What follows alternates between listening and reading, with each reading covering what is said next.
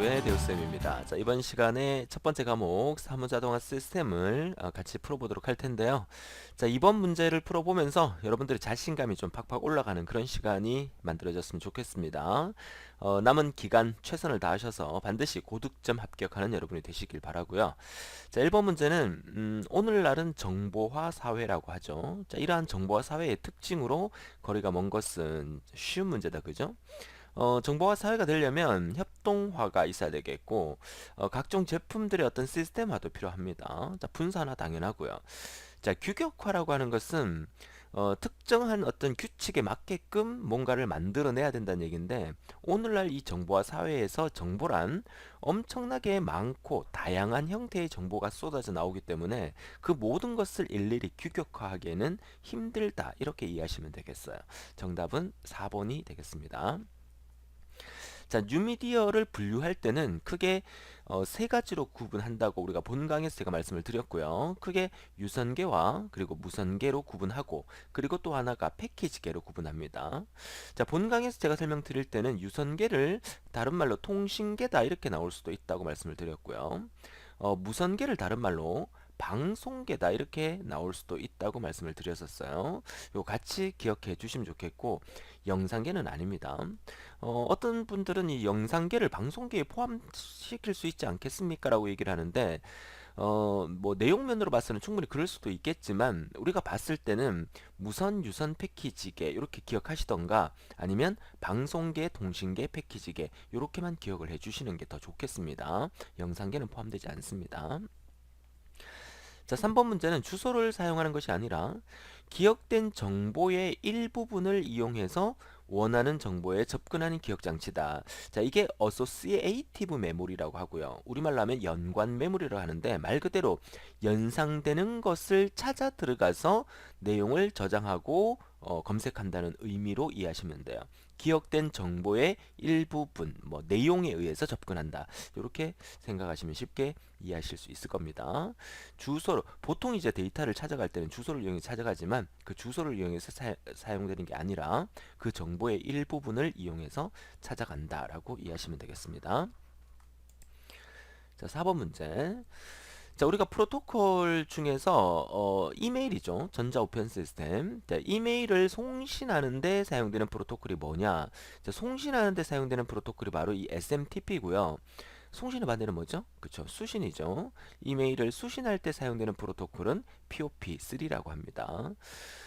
저기 눈썰미가 있으신 분들은 아마 여러분들이 다음 메일을 쓰고 계시는 분도 계실 거고, 네이버 메일을 쓰고 계시는 분도 계실 텐데, 여러분들이 다음에 아이디가 있다면 아마 네이버 아이디도 있겠죠. 우리 국민들 대부분이 다음과 네이버의 아이디 한 개 정도는 다 갖고 있을 거라고 봐요. 저 같은 경우에도 다음 메일도 쓰고 네이버 메일도 쓰는데요. 제 스마트폰에 그 다음 메일을 기본으로 그 앱을 설치해 놓고, 다음 메일 앱에서 네이버 메일도 같이 볼 수 있도록 만들어 놨어요.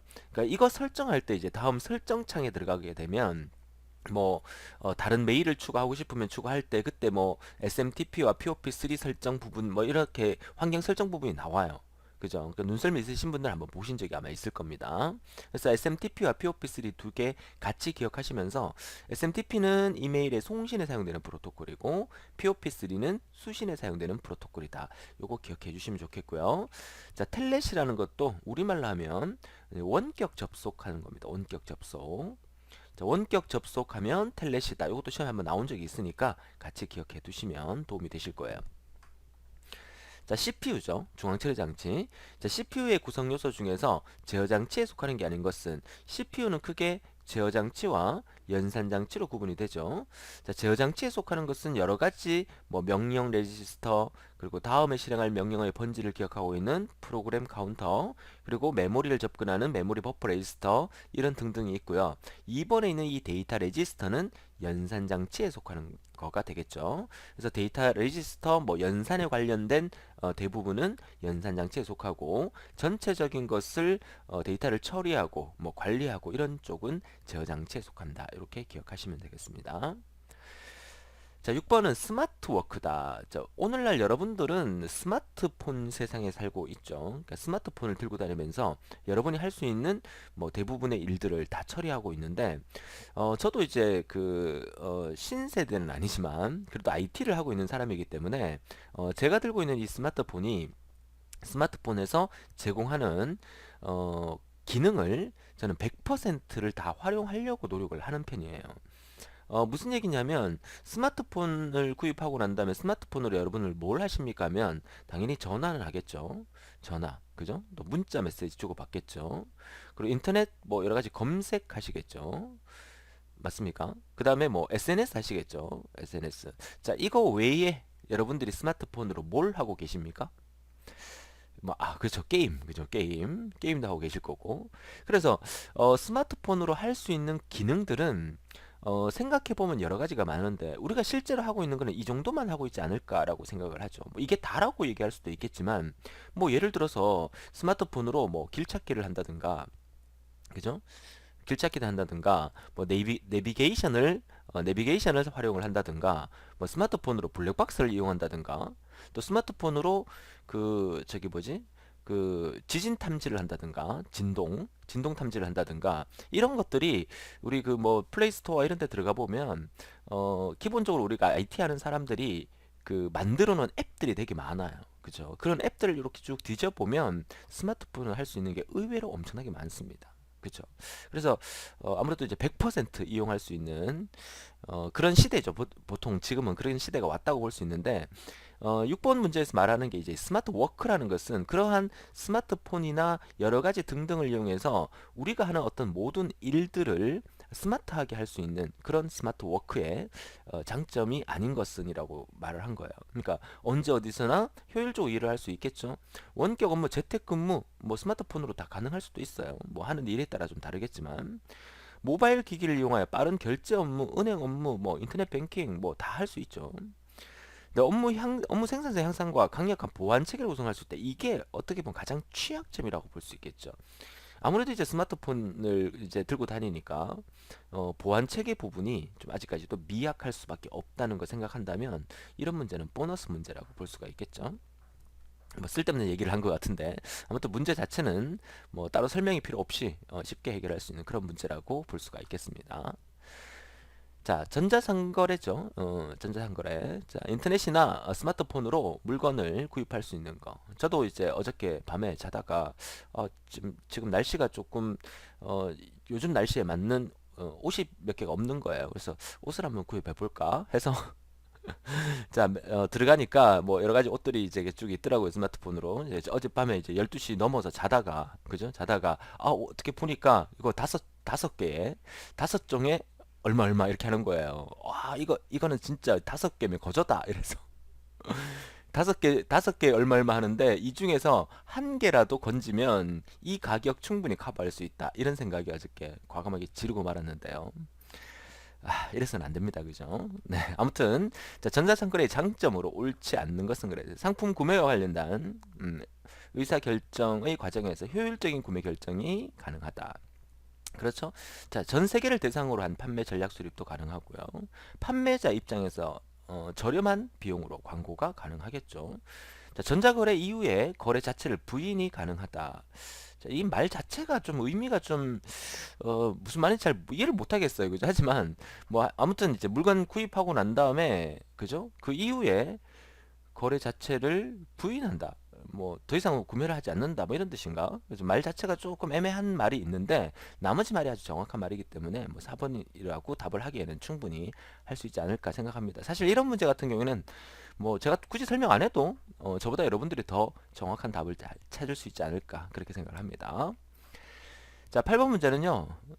너무 고민하지 마세요. 고민하지 마세요. 시간 끌지 마세요. 문제 풀다가 제가 이런 다른 얘기하면 한참 고민을 하시는 분들이 계세요. 그러니까 고민하지 말고 빨리빨리 넘어가는 것도 여러분들의 공부에 시간을 절약할 수 있는 부분 중에 하나입니다. 고민하지 마세요. 8번 바로 가세요.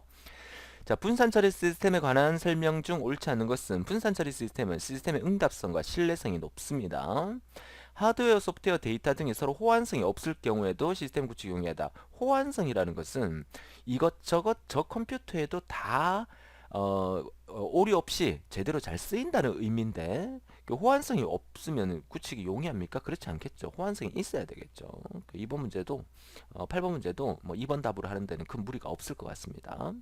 자, 대규모 처리에 대한 적응력이 높으면 확장성도 좋고요.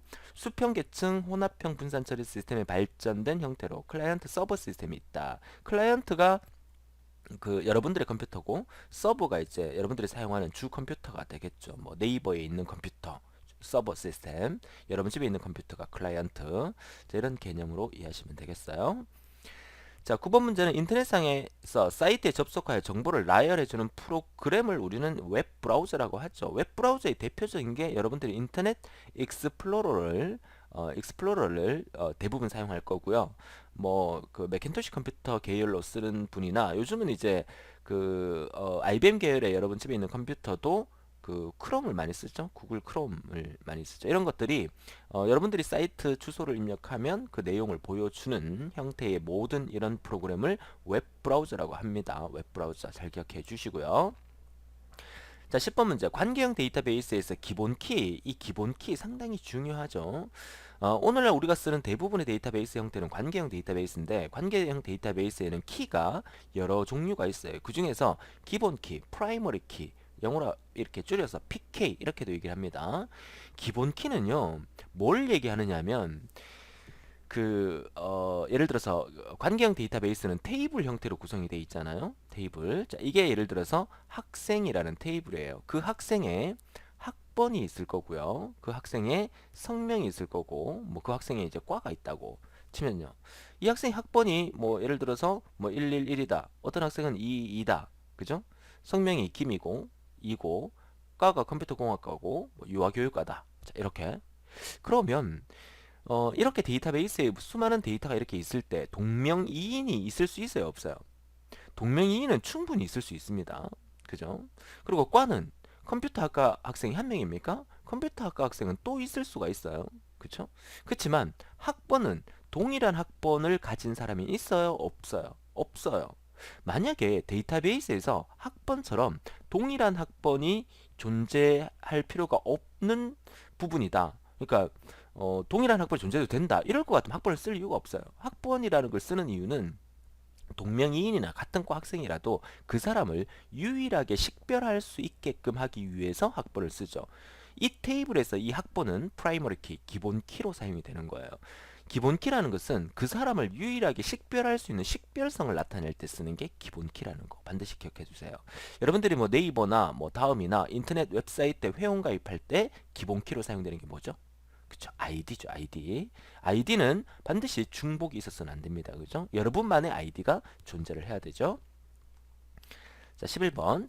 자, 기억을 위한 핵심 소자가 반도체 기반으로 설계된 보조 기억 장치가 아닌 것은 자, 시큐리티 디지털 카드에서 이건 SD 카드라고 하죠. 여러분 많이 들어보셨을 겁니다. 자, 컴팩트 플래시 메모리라고 해서 이것도 이제 그 반도체 소자로 사용을 됩니다. 플래시 메모리라고도 하고요.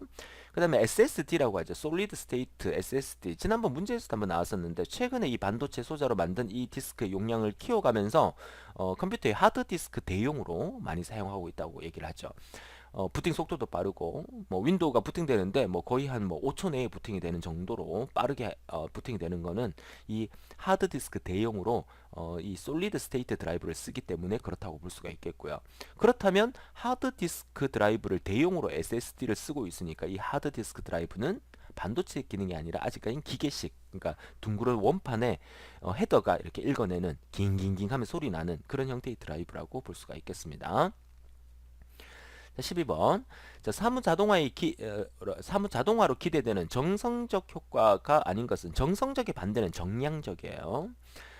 근데 문제는 의외로 쉬워요. 자, 개인의 업무 처리 능력이 향상된다. 의사결정을 신속하게 할 수 있다. 정보 획득 시간이 길어진다가 아니라 짧아진다. 이렇게 봐야 되겠죠? 정성적으로 쓰게 되면 효과가 좋은 형태로 만든다면 역시 나오죠. 업무 처리 시간을 단축할 수 있다. 이거는 역시 파냄새 나는 문제다라고 볼 수가 있겠습니다. 자, 13번.